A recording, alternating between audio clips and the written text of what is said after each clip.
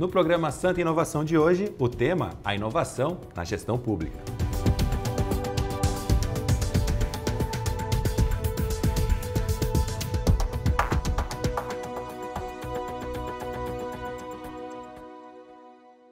E o tema de hoje, então, do programa Santa Inovação aqui pela TVAL, inovação na gestão pública. Estamos falando, então, aí de mais economia e menos burocracia. Para falar sobre esse assunto, a gente recebe hoje aqui, então, Gil Albino, que está aqui à minha esquerda. Ele é diretor executivo do SIGA, consórcio SIGA, analista de sistemas e também especialista em gestão pública. Seja muito bem-vindo, Gil. Muito obrigado, é um prazer estar aqui no programa. Obrigado por ter aceito o convite. E também aqui ao meu lado direito, o André Tamura, que é fundador e diretor executivo da WeGov, empreendedor público, entusiasta da inovação no setor público e também das transformações sociais. Seja bem-vindo. Prazer estar aqui. Vamos lá, então. Já começando, então, com você, Gil, já que eu te apresentei primeiro, o quanto atualmente se faz importante a inovação na gestão pública? Bom, a inovação, a gestão pública ela precisa acompanhar esse movimento que está acontecendo de forma globalizada e também os processos públicos precisam acompanhar esse novo momento da sociedade, que passou por várias transformações e hoje a escassez de recursos e a qualidade de vida que as pessoas precisam, ela está diretamente relacionada a melhorias de inovação. Não se produz recurso novo com a gestão pública, mas pode melhorar a vida das pessoas, a condição de emprego, a questão da produção, a organização da cidade, tudo isso que hoje a gente convive depende da gestão pública. Então, os processos de inovação e melhoria de todas as cidades vão passar aí, então, pelos governos municipais, estadual e federal. Resumindo, então, aí, André, são cidades melhores, então, para que os cidadãos possam viver de uma forma mais agradável. Exatamente, né? Como o Gil comentou, essas transformações que ocorreram especialmente no último século, fez com que o cidadão, o ser humano, tivesse acesso a serviços que até pouco tempo eram inimagináveis e para ele fica confuso quando ele consegue comprar um produto da China e receber em uma semana e às vezes não consegue pagar uma guia de imposto, né? A tecnologia que está nos nossos bolsos hoje não se importa muito se está se relacionando com uma empresa privada ou com o governo, né? As pessoas querem melhores serviços. E o papel, especialmente no Brasil, do poder público é fundamental para direcionar a estratégia de empresas e até como esse cidadão vai receber esses serviços numa perspectiva de ter uma vida melhor. Sim. E falando em inovação, em tecnologia, né, inovação, quando eu falo, não estou me referindo só à tecnologia, mas melhorias, né, suficientes aí para que a gente possa ter uma vida melhor. De todos os setores aí do setor público, vocês elencariam algum assim principal que precisa dessa questão de atenção na gestão pública? Olha, o que toda essa questão da internet modificou, eu acho que é uma base de todo o resto, está relacionado à transparência. Então hoje, diferente do que foi há uma década, por exemplo, os diários oficiais eletrônicos, os portais de transparência, permitem a qualquer cidadão hoje acompanhar a gestão. Santa Catarina é ponta nisso, tem 100% de cidades com portais de transparência. O nosso tribunal é bem atuante nisso. E essa gestão compartilhada, que no início era uma obrigação legal, ela passa a fazer parte do processo de mudança da cidade. Então as pessoas começam a conhecer o que o gestor está contratando, o que está mudando na carreira de um determinado quadro, quais são as novidades que vão acontecer, e ele também passa do polo, digamos, passivo de receber informação para um polo ativo. Então ele começa a se organizar de várias formas, os observatórios sociais de informação, por exemplo, e mesmo de forma comum. Ele entra lá no Facebook do prefeito e diz: olha, prefeito, o que aconteceu com a minha rua? Então esse novo momento, o gestor público também está se adaptando a como interagir com com esse novo momento. E aí, inclusive, o investimento em novas tecnologias, aí sim, para comportar, é a hora que a tecnologia pode ajudar. Como atender esse grande público, essa grande escala, né, de uma forma eficiente, sem perder um chamado, sem perder um atendimento. Então esse é o novo momento que está acontecendo agora. Aproveitando o gancho ali do Portal da Transparência, André, apesar de estar em 100% dos municípios aqui em Santa Catarina, que é uma vantagem, temos que enaltecer isso, né? Ainda para o cidadão, né, falando até do cidadão um pouco mais simples, na hora de buscar por essa informação, ele é um interessado político, mas às vezes ele tem uma certa dificuldade de encontrar a informação que ele está buscando. Teria como simplificar isso, de repente? Certamente, isso é um papel fundamental, uma linguagem simples em governos, é uma pauta que está aí na agenda. Até pouco tempo atrás, o cidadão, para acessar uma informação nesses portais, tinha que ser mestrado em contabilidade, né? E hoje em dia há um esforço significativo. Obviamente, né, isso começa no nível federal, perto de Brasília, em instituições do Poder Público Federal, e vai descendo para estados. Santa Catarina, como comentou, é ponta, e chega depois em municípios, né? Essa lógica também a gente tem que inverter. Mas é um esforço muito significativo de você tornar uma linguagem acessível daquela informação que está sendo produzida, para que o cidadão consiga trabalhar com isso. É aí que vem o engajamento do cidadão, porque você não entende, é outro idioma para ele, ele não consegue participar. E hoje a participação ela tem se dado com menos cliques. Justamente por ter uma linguagem mais acessível, pelos canais estarem extremamente disseminados, né? Todo mundo participa de algum grupo de WhatsApp, algum grupo de Facebook, e essas conversas estão vindo à tona, provocando assim um esforço de governos para que mudem a sua forma de operar e de se comunicar. Essa perspectiva que a gente tem que adotar, elas estão conectadas, né? Mas há um esforço para que as instituições melhorem o seu método de trabalho, os seus processos de trabalho da porta para dentro, para daí sim prestar serviços, né? Porque nem todas as instituições são balcões. Algumas estão ali em atividades meio, mas tem que também se conectar com esse propósito de servir, né? E até a palavra servidor público pode ser transformada nesse sentido, porque é um profissional do poder público que hoje tem uma exigência de se conectar com esse propósito. Não só passei num concurso, não só... eu tenho aqui um celular na minha mão que poderia estar fazendo milagres para o cidadão, mas o meu gestor aqui acha que não pode ser assim. Verdade. E quando surgiu o iGov lá, André, né, você estava me falando aqui nos bastidores que foi um projeto embrionário ali, você e sua esposa que criaram. Qual que era a intenção lá e se aquela intenção inicial foi atingida, foi mudando pelo caminho? Brinco que a Gabriela, né, minha sócia nas 3 esferas e nos 3 poderes, né, que também temos uma filha, mas até então trabalhávamos como funcionários de uma consultoria e começamos a ver essas mudanças, especialmente a pergunta que se fazia era, será que as instituições públicas vão usar o Facebook para se comunicar? E hoje isso é uma realidade quase que urgente, né? Todas têm uma página ali. Né? E fomos acompanhando essas transformações e levando para dentro das instituições. O nosso trabalho é muito mais forte porta para dentro. Como vamos aqui nos reunir diferente para atender esse mundo de transformações, né? E aí, através de parcerias e conexões com órgãos internacionais, inclusive a OCDE, desenvolvemos aí uma carta de serviços que tem ajudado os gestores públicos a compreender esse mundo melhor e, a partir daí, criar melhores perguntas para daí sim chegar a boas respostas. Assim como o iGov lá auxilia os gestores públicos com orientações, sugestões e tudo mais, eu queria perguntar para você, Gil, como é que é formado esse consórcio SIGA, né? Que ele é um consórcio público, né? O que compõe esse consórcio e que forma que vocês também auxiliam os gestores públicos? Olha, o consórcio Santa Catarina, como em várias áreas do TI, na gestão pública foi também o primeiro consórcio do país voltado à área de tecnologia. Como sempre, Santa Catarina. Também nessa área a gente fica feliz assim de compartilhar isso. Tem aprendido bastante com as empresas também, né? A CAT Santa Catarina é uma associação muito forte, né? Florianópolis e outras cidades têm centros de tecnologia e acolhem, né? Nós nos sentimos inseridos nesse ecossistema, mas como públicos, né? E a principal vantagem do consórcio, por que o gestor começa a fazer parte, ele vem pela economia. Porque você consegue escalar, principalmente na área de tecnologia, que é o nosso consórcio específico para isso, né? Ter grandes ganhos de escala, realmente muito grandes, assim, em casas começam em 30% até 98%, dependendo do serviço ou produto.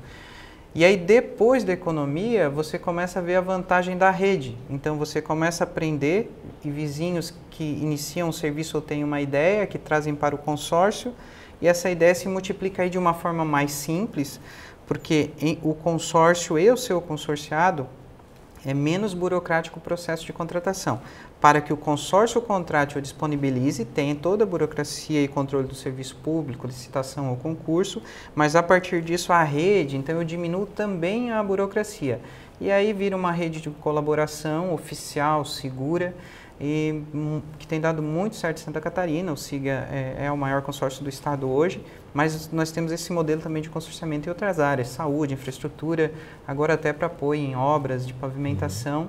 todos com a mesma ideia. Começa pela economia e depois pela diminuição da burocracia e execução do serviço. A sigla SIGA significa? Consórcio de Informática na Gestão Pública. Nós ainda somos da década anterior. Agora nós mudamos, né? O nosso propósito é justamente tornar as cidades inteligentes e sustentáveis. Legal, legal. No setor privado, André, a gente ainda percebe um pouco de resistência, assim, com relação a mudanças, principalmente a inovação, né? No setor público, quando chega com alguma sugestão lá também, existe uma barreira, um primeiro momento, assim, uma desconfiança? Porque é um processo que vem sendo feito sempre igual há muito tempo, né? Não é um desafio só de empresas privadas, e acho que no setor público isso é ainda maior. Porque nós temos um conjunto de regras diferentes, até a forma de incentivo são diferente, os tempos são diferentes. Eu acho que isso se intensifica dentro de instituições públicas. Mas, ao mesmo tempo, nós temos algumas que estão muito mais avançadas que empresas privadas, em termos de acompanhar isso, por terem profissionais altamente capacitados que estudam no exterior, né? Esse mundo o termo transformação digital está em alta, para todos, para empresas e para governos, e não podemos focar só no digital e temos que tratar da transformação como algo fundamental. E é isso que às vezes tratamos como sinônimo. Mudança e transformação são coisas diferentes. Mudança você sabe para onde vai. Transformação, às vezes, você não sabe o que você vai ser. E é isso que causa o medo, o receio, né? Algumas empresas, ao se transformarem, morrem. Temos alguns exemplos aí nos últimos anos. Governos não acredito que possam morrer tão fácil quanto empresas, mas eles têm que se ressignificar para saber viver no mundo de transformação. Legal. Então, para a gente encerrar esse bloco, a gente tem muito papo pela frente ainda, a gente vai chamar uma matéria da nossa repórter Heleneza Kras, que ela foi até a Prefeitura Municipal de Palhoça, que inclusive é referência quando a gente fala aí em questão de inovação, né? E um dos resultados foi duplicar a arrecadação nos últimos anos em decorrência da utilização de ferramentas tecnológicas. Vamos acompanhar. No setor privado, inovar é preciso para que a empresa sobreviva à competitividade no mercado. Já na gestão pública, a inovação vem com o propósito de otimizar tempo, recursos e trazer maior transparência à população. As novas tecnologias podem ser grandes aliadas no desenvolvimento socioeconômico. Entre as plataformas implantadas pela administração de Palhoça estão o Atende.net e o Doc. Nós temos focado muito em transparência das nossas informações e eficiência. Essas duas ferramentas em conjunto, elas têm trazido muita eficiência para os setores, né? A gente tem conseguido economizar muito papel, a gente tem conseguido melhorar a nossa arrecadação, a gente tem conseguido agilizar os processos internos, exatamente porque a gente conseguiu conciliar a tecnologia com o nosso novo modelo de gestão que a gente vem implantando desde 2013. A secretária de Administração explica que estas práticas inovadoras na gestão pública foram grandes responsáveis pela duplicação da arrecadação municipal nos últimos anos. Todo esse sistema que a gente tem implantado, ele duplicou a nossa arrecadação, né? Em termos de resultado, a gente tem, né, como comprovar, exatamente porque os nossos fiscais hoje conseguem atuar muito mais fortemente naquilo que precisa ser do que de forma aleatória. O nosso sistema nos guia para aquilo que a gente tem que fiscalizar. Então, o sistema ele nos auxilia dando as informações corretas e fazendo com que o nosso serviço seja eficiente. A gente tem que ir direto ao ponto onde a gente tem que trabalhar. Não desperdiçar tempo naquilo que não precisaria e não, obviamente, mexer em alíquota do cidadão, que já paga muito tributo, né? A plataforma eletrônica Doc facilita a comunicação interna e externa de forma eficiente e sustentável, com redução de gastos e burocracia. Hoje a gente tem um sistema de ouvidoria, por exemplo, onde o cidadão ele faz um protocolo e quando ele entra nesse sistema, ele consegue verificar quem respondeu ele. Então, ele consegue ver a foto do servidor que está respondendo ele, quem vai resolver o problema dele. Ele consegue acompanhar em tempo real a solução do problema dele. Então, esse sistema ele se destaca muito exatamente pela aproximação entre o cidadão e o serviço público, entre o servidor que está lá na ponta resolvendo de fato o problema. Sem contar que a nossa comunicação interna também melhorou muito, porque a gente consegue hoje assinar os documentos de forma digital, a gente consegue tramitar processos por ali, a gente consegue resolver, dar pareceres, tudo utilizando o sistema. Inclusive notificar as empresas com ofício eletrônico. Então, todo aquele trabalho que a gente tinha de imprimir, de pegar assinatura, de protocolar com papel ou postar coisa em correio, a gente reduziu drasticamente.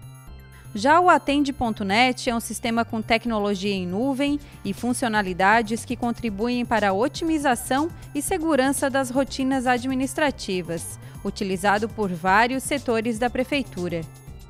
A gente usa o sistema Atende.net, por exemplo, que é um sistema integrado de contabilidade, RH, tributação, compras, né, o que facilita o dia a dia com as informações compartilhadas, né? Por exemplo, no momento de uma licitação, a gente consegue verificar se um fornecedor encontra-se com débitos na tributação ou se ele está negativado com o município, por exemplo, para a gente impedir a participação dele. Todas as informações são processadas em tempo real e disponibilizadas no Portal da Transparência. Hoje, o nosso Portal da Transparência ele é reconhecido pelo Ministério Público da União, né? Ele tem nota 10 em todos os quesitos, exatamente porque as nossas informações são processadas em tempo real. Então, a partir do momento que é feito o pagamento, o Portal da Transparência está divulgando. Então, tudo que é tramitado durante o dia já está diretamente ligado ao Portal da Transparência. Então, a gente não tem nem como omitir informações. Tudo está lá, tudo está claro e tudo está em tempo real para consulta a qualquer momento. Muito interessante, né? Inclusive é isso que a Cris falou ali, fez um processo ali, né? É tudo digital, né? Já vai direto para o Portal da Transparência, aumenta muito aí, né, a questão da transparência no setor público, né? Justamente há uma dificuldade, sim, no setor público na parte da inovação, porque a lei ela é um pouco mais lenta do que o setor privado pode fazer qualquer alteração que ele queira que não seja proibido. No setor público, primeiro a gente precisa ter a lei, a forma legal de fazer, então é um pouco mais difícil nesse sentido de inovar. Mas no exemplo de Palhoça fica claro o que está acontecendo. Essa transformação, por exemplo, há 10 anos, nós precisávamos convencer o que era uma assinatura digital, qual era a segurança do dado. Hoje, os gestores vão nesses cases, como é o caso de Palhoça, olhar como é que eles estão conseguindo fazer e eles querem fazer também. E quando tem um exemplo palpável ali, né, fica mais fácil. Seguro, né? Então, é fantástico essa questão de como essa modernização tem sido aceita e o processo de transformação está acontecendo. Legal. A equipe de Palhoça, em 2017 ainda, participou de um programa nosso de inovação. E é muito interessante que eles levantaram essa questão da resistência humana em relação àquela tecnologia que mudaria um processo que tramitava eventualmente em papel e ninguém sabia onde estava, para aquilo que tornaria tudo às claras e você saberia onde ficou parado, quanto tempo ficou parado. E uma das propostas foi exatamente isso, né? De você ter um trabalho de sensibilização em relação aos profissionais que não necessariamente são mal intencionados, né, mas estão acostumados a fazer de um jeito e a partir de uma implantação tecnológica tem que mudar o seu comportamento, né? E aí que a transformação acontece, né? Não quando eu tenho uma nova tecnologia, mas quando eu tenho um novo comportamento. E acho que Palhoça tem sido referência, participaram conosco de um evento em Brasília, inclusive, instituições, inclusive de controle, olhando para aquilo como algo muito promissor. Bacana. A gente vai para um breve intervalo aqui no programa Santa Inovação pela TVAL e a gente volta falando desse tema, né? Hoje o programa dedicado a esse tema que é a inovação na gestão pública, falando de mais economia e menos burocracia. Não saia daí.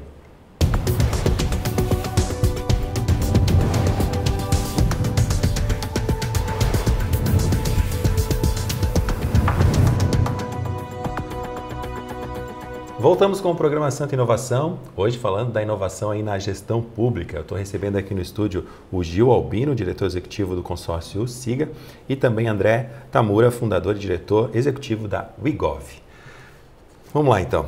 Uma das características aí da administração pública, né, Gil, é a não continuidade, até pela questão de muda governo, né, muda a estrutura ali da gestão e não é feito um planejamento muitas vezes a longo prazo, né?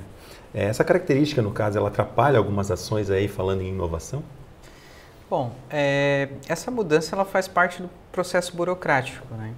Então, em instituições mais maduras, por exemplo, lá no consórcio, claro que é uma instituição ainda nova, tem só 11 anos, os planos são de longo prazo, inclusive as mudanças de gestão que acontecem anualmente, todo ano troca o presidente praticamente, elas não atrapalham o processo, porque há um propósito de transformação, de execução.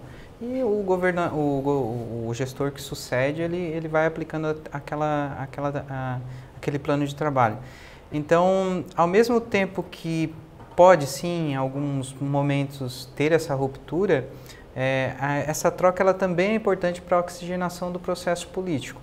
Então, sim, nós já tivemos mais problemas no passado, mas hoje a gente vê, principalmente com os direcionamentos, organizações que estejam bem planejadas, com planos seguros do seu propósito, o que ela quer seguir, qual que é a vocação da cidade, o gestor novo, ele acaba continuando esse processo. Então, sim, as cidades que a gente vê de grande sucesso, por exemplo, que nós atuamos mais com municípios, elas são desse propósito. Acaba a eleição, qual que é a missão, o que é que eu tenho que melhorar, repactua inclusive com as oligarquias de divergência política e vamos melhorar, vamos continuar a nossa vida na cidade. Então, eu acho que a gente tem esperança que isso seja cada vez menos ruptivo no mau sentido no Brasil, mas a gente vê casos aí que esse processo não tem atrapalhado e a tecnologia acaba ajudando aí, fechando esse raciocínio. A gente tem, por exemplo, o Diário Oficial Eletrônico, que as publicações elas não saem mais de lá. Então, os gestores, foi mudando o gestor, mas a vida continuou. No dia seguinte vai ter a publicação, só que é com o nome do novo prefeito, e a vida segue tranquilamente. E mesmo os que precisam de alguma interferência do gestor, a questão ideológica, política, ela não pode estar acima frente, né, das necessidades da sociedade. Até pouco tempo, nesse século XXI, tivemos exemplos de instituições municipais que o gestor levava computadores embora, levava a chave embora, né? Isso é um absurdo. E, ao mesmo tempo, esse mecanismo da oxigenação, como o Gil comentou, ele é fundamental, porque algumas coisas que não estão certas devem parar. E tomar uma decisão ali diferente é importante também para revelar novas potencialidades. E tivemos agora nessa última troca de gestão, no âmbito federal e também nos estados, alguns projetos de tão bons que eram, falando, não, vamos continuar com isso, né? Isso é indicador de sucesso absoluto, porque você vê ali, claro, uma mudança de liderança, de gestão, mas a essência daquilo que se quer fazer, de que se quer inovar, permanece, porque tem um potencial para que os servidores trabalhem melhor e prestem melhores serviços. André, na iniciativa privada tem o que a gente chama de teste AB, né? A gente lança 2 projetos simultâneos e vai vendo qual que está dando mais resultado, né? No setor público, é possível fazer isso? A gente falando em projetos que estão iniciando, não nos projetos já em andamento, né? Nós temos um campo aí que, inclusive, é uma tendência em inovação no setor público. Nos últimos 10 anos, tivemos 2 laureados com o Nobel de Economia nessa área, né, de insights comportamentais, né, como as pessoas tomam decisões. E o teste AB ele é um mecanismo muito útil para se definir uma política pública mais inteligente, mais assertiva. O uso da tecnologia também nos permite testar micropolíticas públicas, né, não tem que ser sempre aquele Maracanã de tudo, né, eu posso fazer um bate-bola ali num campinho menor. E para daí sim ver isso deu resultado para esse grupo, que tal expandir para uma população similar, parecida, né? Não, o A é melhor, então vamos eliminar os investimentos em B e investir o que era investido. Mas a gestão pública tem essa possibilidade de diversificação de investimentos? Numa lógica de unidades de inovação, edital eu acho mais difícil, mas essa questão de você ter pequenos experimentos, isso tem acontecido na área de economia comportamental, como eu disse anteriormente. E algumas unidades têm feito isso, o Laboratório de Inovação do Governo Federal tem feito isso muito bem, inclusive com programas no Ministério da Saúde, né, que tipo de política pública pode funcionar melhor. Tem espaço para isso sim, mas aí agora é a questão dos departamentos jurídicos, órgãos de controle também acompanharem essa discussão. Sabe, André, que teve uma mudança recente agora da legislação, ainda não está vigente, que para o ano que vem já vai estar, onde justamente tem uma modalidade de contratação de inovação, onde você começa a contratar sem saber o objeto ainda, é porque às vezes a inovação, qual que é o problema? Você não tem um parâmetro de valor de mercado, quando ela é muito nova, nasceu, não tem. Então a lei agora vai prever um instrumento que sim, pode se fazer esse ensaio e as empresas começam a aparecer, inclusive melhorando esse edital e construindo o processo. O que eu achei, para nós, a tecnologia é fantástico, que às vezes você acha uma solução muito boa e mesmo para testar fica difícil porque não tinha parâmetros de valor, né? Que assim começa a contratação pública. Então isso a legislação ela melhorou. E uma situação da inovação que também é interessante é de uma outra forma. As escalas são tão grandes em quantidade de cidades que é muito difícil existir um problema ou uma solução que alguém já não fez. Então é muito comum, a gente fez um experimento há 2 anos com um banco de boas práticas. E aí aparecem soluções simples, assim, da gestão do atendimento por grupo de WhatsApp. E funciona, né? Então, às vezes é o mais simples. Uma ferramenta que já está ali. Todo mundo está ali, ninguém tem que contratar, então alguns cases foram apresentados.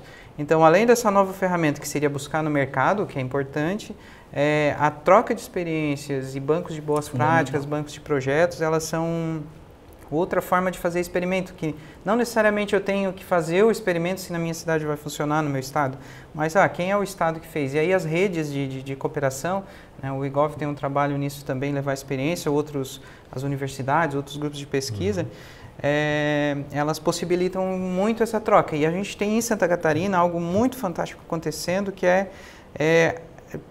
acontece o congresso, você seleciona práticas de experiência e as cidades começam a visitar.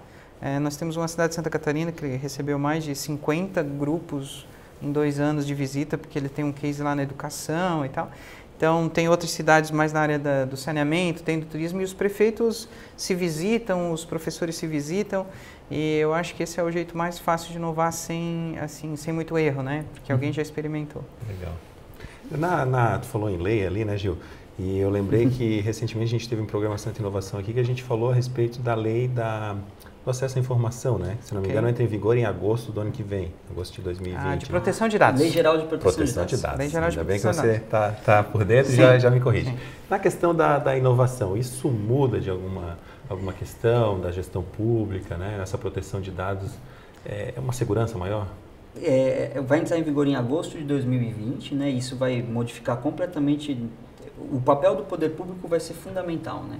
Porque as empresas estão se preparando na questão de divulgação de dados, até aquela brincadeira do CPF na farmácia que a gente dá, né? Isso vai faz também, um cadastro. Isso também faz parte, né? Vai ter que se dar uma transparência maior. Está em andamento aí, fica naquele lugar, na criação de uma agência nacional de proteção de dados. É uma discussão longa, eu não sou um especialista jurídico no tema, tomara que isso não fique só com os advogados, né, porque isso é de interesse de outros campos. Se o Gil quiser contribuir melhor com a... Então, a Lei Geral de Proteção de Dados, ela afeta todos, governo e empresas. As empresas estão preocupadas porque está relacionado ao mercado, mas a lei também veio por causa do mercado, porque alguns países que já têm essa proteção, elas não querem mais negociar com países que não tenham o mesmo nível de segurança da pessoa. E sim, afeta significativamente os governos. Vou dar um exemplo na área de saúde. Então, você faz um atendimento de saúde ou numa área de vulnerabilidade social, de menores, e esses dados ficam registrados. Então, o governo tem que se preocupar em por que ele coleta, como que armazena e como guarda. Em projetos de inovação vai impactar diretamente. Sempre que se fala em cidades inteligentes, o pessoal fala de câmeras, por exemplo. Então, recentemente teve uma decisão judicial que não do Ministério Público, eu não lembro qual foi, que teve repercussão geral, que não aceita mais multas feitas por câmera de vigilância, porque ela está vigilando dentro do carro da pessoa, que seria um local privado. Então, essas discussões, a lei de proteção de dados vai trazer isso, né, em outras áreas de tributação, e realmente há uma preocupação dos governos relacionados. Para o cidadão também é importante, porque isso é uma discussão de qual é o tamanho que eu quero do governo em relação aos meus dados pessoais. Até que ponto tem países do mundo onde esse controle que parece ser interessante da cidade, ele passa a ser segregativo, né? Então, eu tenho uma escala tão grande de saber que eu acabo limitando a liberdade do cidadão. Então, essa é a discussão entre dados... É o inverso ali, né, André? Tipo, o que o governo precisa escancarar, abrir para o cidadão, ao contrário, não pode ser. Não. E como às vezes as empresas estão usando os dados do cidadão, inclusive adquirindo-os via dados públicos, eventualmente. Eu gosto muito de uma colocação que às vezes a gente confunde essa questão de proteção de dados com privacidade, com sigilo, né? E tem um autor americano que fala, todo mundo sabe o que você faz no banheiro, mas você fecha a porta. E é um pouco disso que a gente tem que fazer com os nossos dados. E no final do século, acho que minha filha vai estar olhando para mim e falar: papai, você estava dando seus dados de graça assim para o governo e nem sabia para onde eles iam, né? E eu acho que essa discussão dos dados é uma discussão que vai até o final do século. E certamente nós estamos aqui no início do século, pensando nisso, sem saber muito bem quais são onde as vai dar repercussões. isso tudo, né? Eu não posso perder o gancho do banheiro. A gente fecha a porta do banheiro, mas a gente leva o celular e o celular continua coletando informação. Nem dentro do Então, banheiro. a lei de proteção de dados realmente, hoje a gente tem outros dispositivos, por exemplo, sensores de batimento cardíaco integrados. Então, hoje é possível diagnosticar até o que a gente gosta quando assiste um programa, né? Então, essa informação usada de uma forma negativa pode ser bastante perigosa e a lei está no centro dessa discussão. Eu acho que ela é bem-vinda, era necessário tanto para o privado quanto para o público. Interessante. Você falou para mim, Gil, antes de começar o programa, da questão das Smart Cities, né? Que é trazer ideias e projetos interessantes já existentes, já em andamento em grandes cidades e ampliar isso para as pequenas cidades também, né?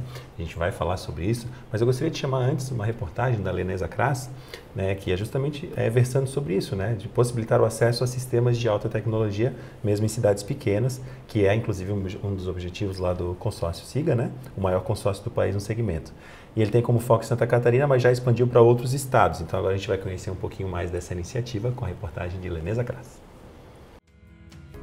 Fica aqui na capital a sede do maior consórcio público de informática do Brasil, fundado há mais de uma década pela FECAM. Ele prevê soluções tecnológicas para a melhoria da gestão das administrações municipais e, além de Santa Catarina, está presente em outros 10 estados, com mais de 10 mil usuários. Hoje são 12 sistemas distribuídos pelo SIGA na área de transparência, com o Diário Oficial dos Municípios. Também com o processo eletrônico, que agora está sendo terminado o desenvolvimento, começando o processo de implantação, já em utilização no SIGA. Também temos hoje na área de abertura de empresas, sistemas para desburocratização do sistema de abertura, temos também sistemas para a área tributária, como nota fiscal eletrônica, o sistema coletor e mesmo o sistema de gestão do Simples Nacional. E vamos para aí. Também a área de educação é uma área nova onde a gente está entrando agora.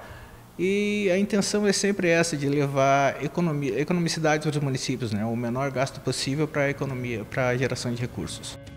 Com a premissa de tornar as cidades inteligentes e sustentáveis, o consórcio público presta serviços e desenvolve ações em 319 municípios consorciados, principalmente em Santa Catarina.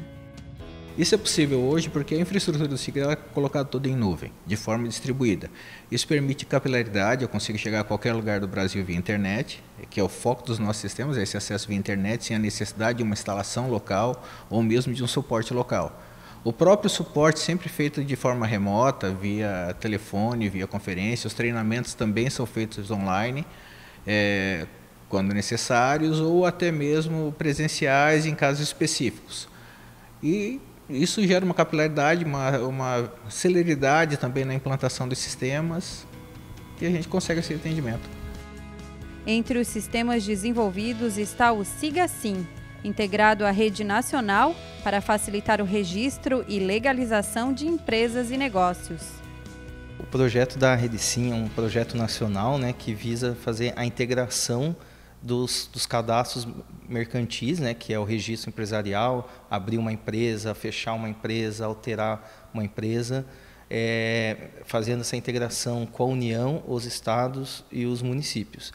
E para os municípios existe uma certa dificuldade em questão desde financeira, de ter uma equipe de tecnologia ou contratação de uma solução de forma externa, através de uma licitação.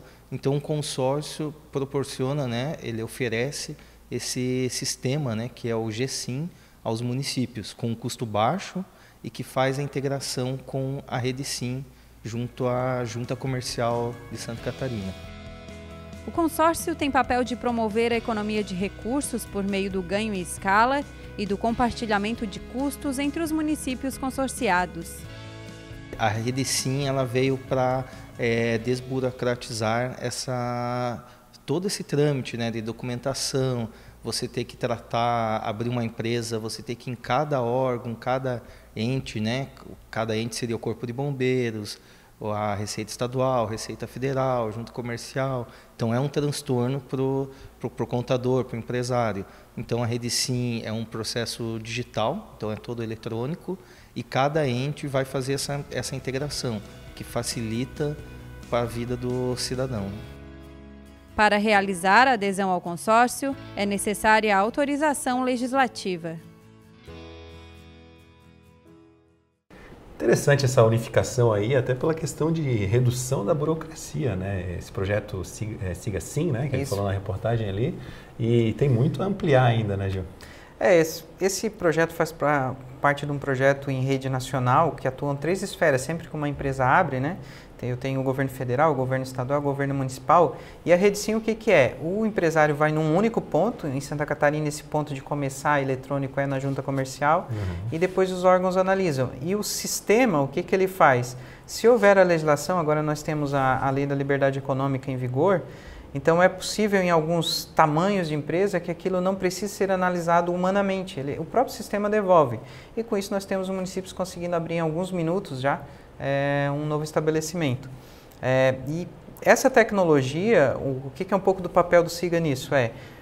Para grandes cidades, a mesma tecnologia que cidades que têm mais de 100 mil empresas usam, cidades que têm 100 empresas também usam. Então o Siga consegue, um consórcio, ele consegue proporcionar isso, né, essa capilaridade para as pequenas cidades também. Então sempre que a gente começa um projeto de melhoria da gestão, a gente começa pensando, muitas vezes o grande ajuda a viabilizar, é ele que viabiliza, mas o pequeno vai ter o mesmo nível de acesso e assim a gente consegue ter uma universalização do serviço. Essa é a definição de Smart Cities, né? Essa é a definição.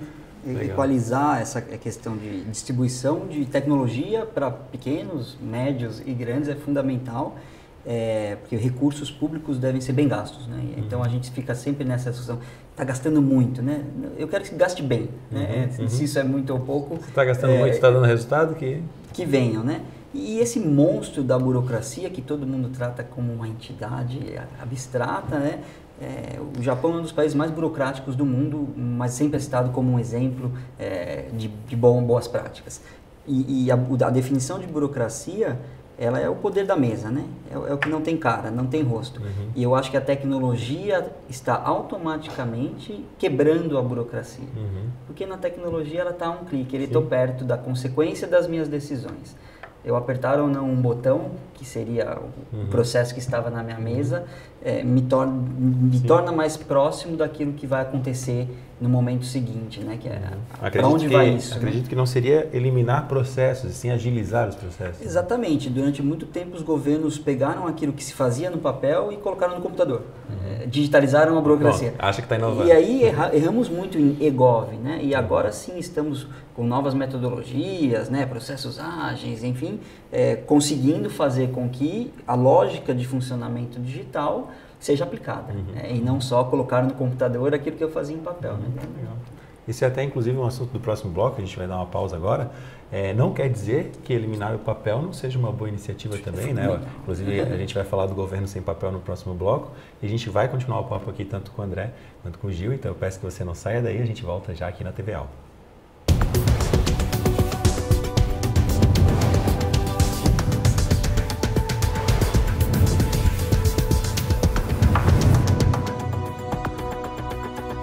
Voltamos com o programa Santa Inovação nesse terceiro e último bloco aqui pela TVA, hoje falando aí da inovação na gestão pública, recebendo Gil Albino, diretor executivo do consórcio Siga, e também André Tamura, fundador e diretor executivo da WeGov. A gente terminou o último bloco ali falando da questão do governo sem papel, né? Que apesar de a gente falar que tem outras iniciativas, outras inovações que são mais abrangentes, é importante também, né, Gil? Tirar esse custo aí de impressão, de papel, armazenamento, almoxarifado e deixar tudo ali dentro do servidor. Né? Com certeza. A tecnologia permite hoje guardar isso com segurança, né? Certificado e de forma legal. E, além disso, ela permite mais fácil essa difusão e transpassar, né? Mesmo nessa ideia, hoje a nuvem, né? Não tem como essa ideia de o computador pode ser, eu dependo de uma máquina física só. E isso permite, então, que a questão da burocracia venha sendo diminuída, porque a burocracia, embora ela seja mal vista, ela foi criada para assegurar que o processo não houvesse falhas. E uma vez que eu tenho tecnologias novas como o blockchain, por exemplo, que asseguram um nível de segurança que a informação não vai ser mais alterada, ou outras que são com certificados digitais, Então eu não preciso necessariamente mais ter todas essas etapas da burocracia. Aí o processo tem que ser redesenhado. É como nós falávamos no bastidor, não basta escanear o documento, é fazer o documento nascer eletrônico e que de forma rápida ele circule para o objetivo final, que é o cidadão, e com a segurança necessária que é exigido da administração pública. Mas mesmo com certificação digital e tudo, quando a gente fala em armazenamento na nuvem aí, parece que alguém vai conseguir acessar, não sei, me dá essa certa impressão, assim, principalmente para a questão de gestão pública, divulgação de editais, né, informações que são sigilosas. É seguro mesmo deixar armazenado na nuvem? Eu acredito que isso ainda vai mudar bastante, mas a sensibilização já está acontecendo. Se você pede um transporte, se você pede comida, você está confiando nesse tipo de serviço em nuvem, né? Falávamos há pouco da proteção de dados.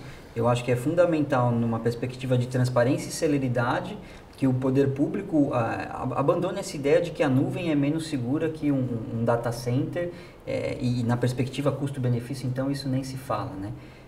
Nós não ouvimos falar em transformação elétrica quando as fábricas se modernizaram. E acho que daqui a pouco nós não vamos mais ouvir falar em transformação digital, porque vai ser como apertar um interruptor e a luz acender, você vai apertar um interruptor e seu documento, seu edital vai também aparecer na sua tela. A tendência é que isso seja natural. Tem um projeto do governo federal onde eles mapearam o que chama Acesso Gov.br, para quem quiser conhecer. Eles mapearam que no Brasil existem mais de 2.000 serviços públicos de todas as esferas, e a convergência deles vem para uma plataforma única. Então, hoje é possível que um cidadão com uma senha no aplicativo solicite sua aposentadoria. Essa mesma senha vai servir para ele abrir uma empresa, que é o caso da Redsim que a gente comentou nessa matéria. Tudo na mesma plataforma ali. Tudo em uma única plataforma. Então, assim como a gente se sente hoje mais seguro em usar um pagamento bancário por aplicativo do que ir no banco por uma questão de segurança, o futuro vai ser assim, nós vamos olhar os nossos equipamentos e vamos pensar assim, nossa, existe um serviço que eu ainda tenho que pessoalmente fazer em algum local?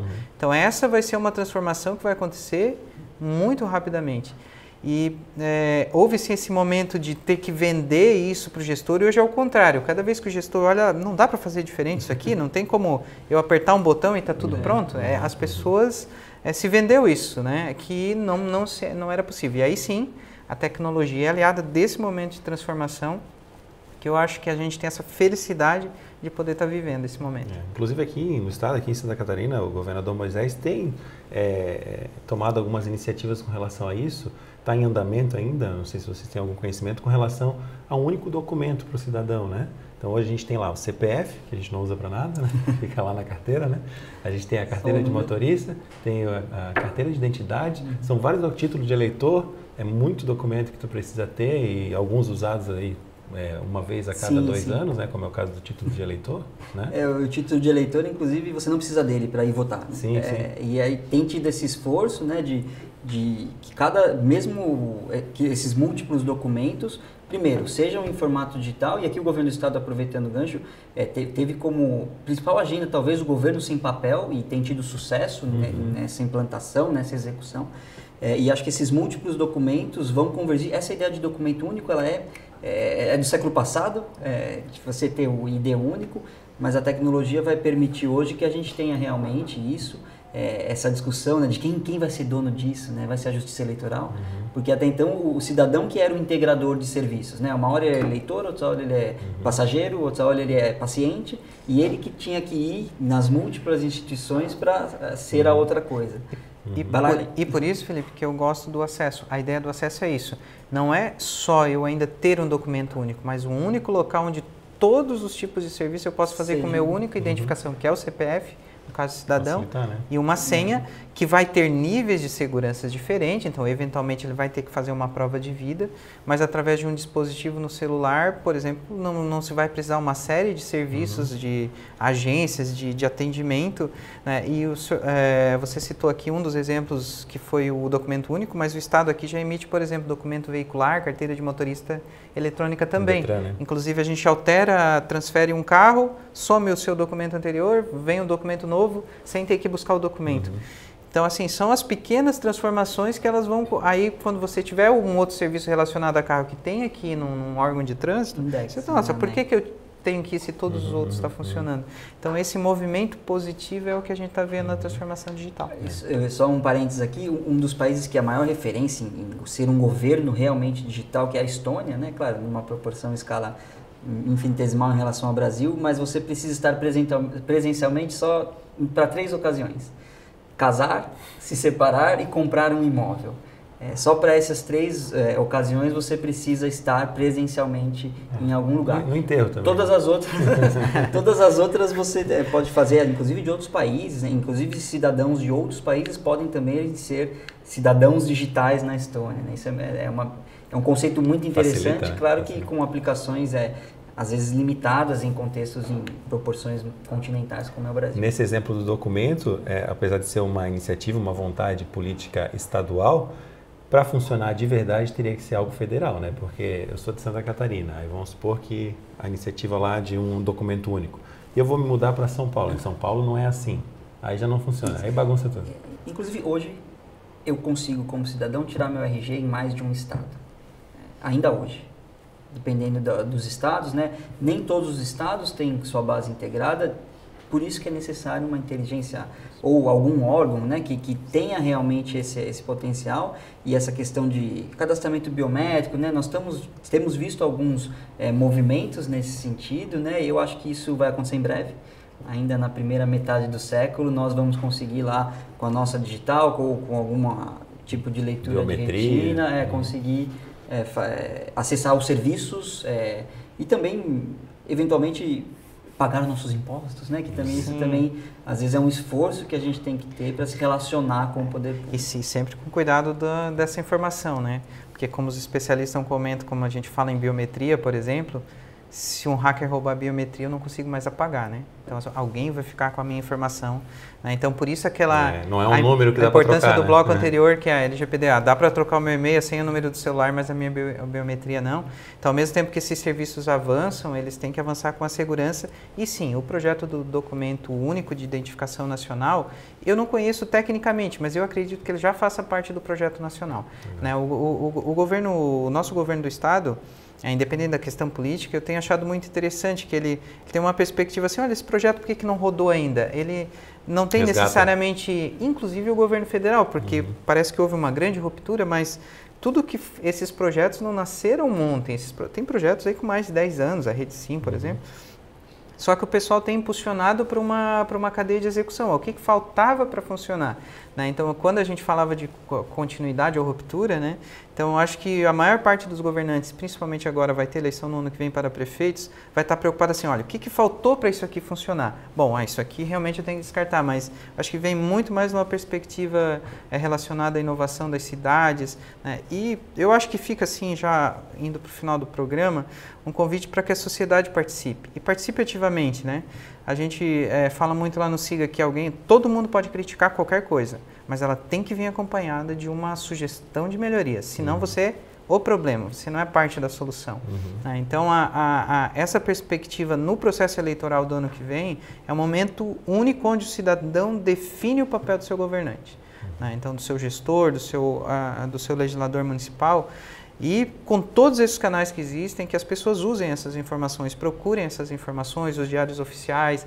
Então, eles ainda não estão tão bom como eles precisam ser para o cidadão, mas a informação está lá. A maior parte dos poderes legislativos transmite as sessões online, hoje é muito comum licitações online. Então, assim, o cidadão, é ruim lá na prefeitura ou na Câmara, mas procurar esses canais também, assim como a gente segue outros canais, são fontes primárias, né? E começar a partir, entender a ideia desse gestor, por que ele fala assim, né? Então, eu acho que seria parte aqui do projeto de inovação também. Bacana, interessante. Eu queria puxar agora, falando que a gente está citando aí o governo de Santa Catarina, né? Recentemente, aqui no programa Centro Inovação, teve um representante da Polícia Militar do Estado de Santa Catarina e ele falou a respeito de algumas inovações, e inclusive tem um aplicativo que em 2019 foi lançado, né? Que é o PMSC Cidadão, né? E você conhece bastante a respeito. Foi muito né? bacana acompanhar essa história, né? A gente fala de tempos de governo, né? Como as inovações chegam até o cidadão, a prestação de serviços. E o PMSC Cidadão foi um aplicativo, começou a ser pensado em 2017, durante um programa que organizamos aqui no estado, com 14 instituições públicas. A Polícia Militar de Santa Catarina tinha um time, né, participando desse programa. E então, Tenente-Coronel da Polícia, Jorge Eduardo Tasca, era um dos participantes. E ele ocupa atualmente o cargo de secretário de administração no governo do estado. E eles conceberam toda a ideia desse aplicativo, que serviços seriam, quais seriam os primeiros serviços mais urgentes que estariam disponíveis, e a ideia é que esse aplicativo ele consiga também ser melhorado ao longo do tempo, usando princípios que a gente usa, né, de georreferenciamento, questão de urgência, né, isso aqui é mais urgente ou menos urgente. Com poucos cliques o cidadão consegue fazer um cadastro e ter uma comunicação e uma relação melhor com os serviços da polícia, não naquele modelo telefone, né, que é século passado, mas agora já na palma da mão, com poucos cliques, que é o que todos nós fazemos hoje para acessar serviços. Que é o que a gente vem falando desde o início do programa, facilitar a vida do cidadão, a inovação vem aí para isso, né? Exatamente. Esse aplicativo é um dos exemplos apenas, né? Então, o que era um processo feito de uma maneira, a inovação chegou e traz uma nova maneira aí de facilitar então a vida. Né? E aí os governos municipais eles acabam tendo um compromisso de como inserir todas as pessoas nesse novo momento do governo digital.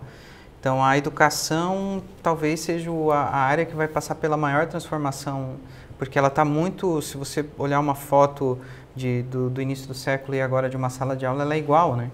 Então, como é que esses cidadãos vão ter essa percepção de fazer eletrônico, não usar mais papel e estarem preparados para esse novo mercado de trabalho?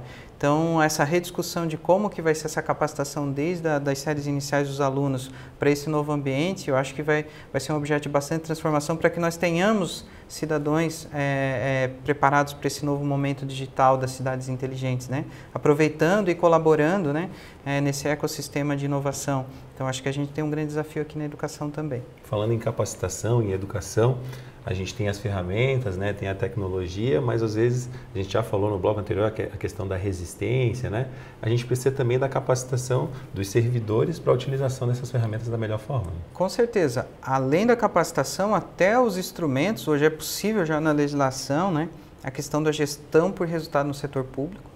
Então, esse modelo também tem que ser aprimorado de forma que seja mais aplicável. Então, você capacita e foca no resultado final e não necessariamente na tarefa, né? Mas o que importa às vezes nem é trabalhar muito, né? Mas sim qual que é o resultado que eu entreguei com menor esforço no menor tempo. Né? Então, é fundamental esse processo de capacitação, mas também o objeto de transformação, de direcionamento da política para o resultado. Né? Quero aproveitar, pedir a participação de você aí de casa também. Se quiser sugerir pauta aqui para o Programa Santa Inovação, o e-mail está aqui embaixo, você pode enviar um e-mail, participar aqui do Programa Santa Inovação, sugerindo então a sua pauta. Quem sabe no próximo programa, né, a gente vai trazer os convidados ou a Leneza vai até aí você e fazer uma reportagem também, tá? André, o futuro da inovação na gestão pública, da tecnologia, inovação na gestão pública, como que você enxerga aí o futuro a curto e longo prazo? Não consigo fazer previsões, né, ainda, não tenho uma bola de cristal, mas posso garantir que o futuro já chegou. Ele só está mais mal distribuído ou nós ainda não conseguimos revelá-lo e tratar essa ideia de futuro como uma construção, não algo que vamos lá na frente pegar. E é fundamental que as instituições públicas se preparem para isso, capacitando os seus servidores, instrumentalizando com tecnologias e criando realmente, e usando a criatividade, que essa é a palavra, criação e criatividade, um novo modelo de funcionamento para a gestão pública. Eu acho que temos muitas possibilidades não exploradas entre aquilo que prega uma privatização de todos os serviços ou uma estatização de todos os serviços. Essa dicotomia parece estar nos cegando. E quando eu tenho um celular na mesa, uma tecnologia que tem a mesma capacidade computacional que o Departamento de Defesa americano teve para fazer a Guerra do Golfo, está no nosso bolso hoje, eu começo a pensar, isso aqui não é só para tirar foto da comida ou do espelho. E eu acho que cada servidor público tem esse poder, essa é a palavra na mão, independente de estar ocupando um cargo de liderança, para fazer acontecer. E ao se aproximar desse fazer acontecer, ele automaticamente quebra a burocracia e consegue melhorar a vida das pessoas. Isso é o futuro. Interessante. Gil, ele já fez as considerações finais e falando de futuro, também já fala de futuro e faça suas considerações finais, a gente está indo para o final do programa. O futuro eu acredito nas pessoas, né? Então o futuro da gestão pública são pessoas, a questão da capacitação, mas essa transformação do setor público, o setor público não é um órgão, são as pessoas que estão nesses órgãos. Então, essas pessoas é que vão fazer essa implementação. E a tecnologia vai ser o seguinte, tudo que era burocracia ou que é repetitivo, a tecnologia vai suprir sim. E as pessoas vão cuidar das pessoas, vão servir, né, vão fazer o seu papel de servidor público. Então, eu acho que nós aproveitamos, né, tudo que é novo assusta um pouco, todas as áreas, mas eu acho que a gente tem que viver isso, tem que acreditar nas pessoas, na mudança e fazer parte dela. Bacana. Agradecer então o Gil Albino aqui, o André Tamura, né, por estarem com a gente aqui no programa Santa Inovação, abordando esse tema interessantíssimo, que é a inovação na gestão pública. Muito obrigado pela presença. Muito obrigado. Obrigado. Conseguimos abordar tudo aí, né? Conseguimos sim. Tá certo. E você que nos acompanha aqui pela TV AL, a gente volta em breve com mais um programa Santa Inovação. Muito obrigado por nos acompanhar.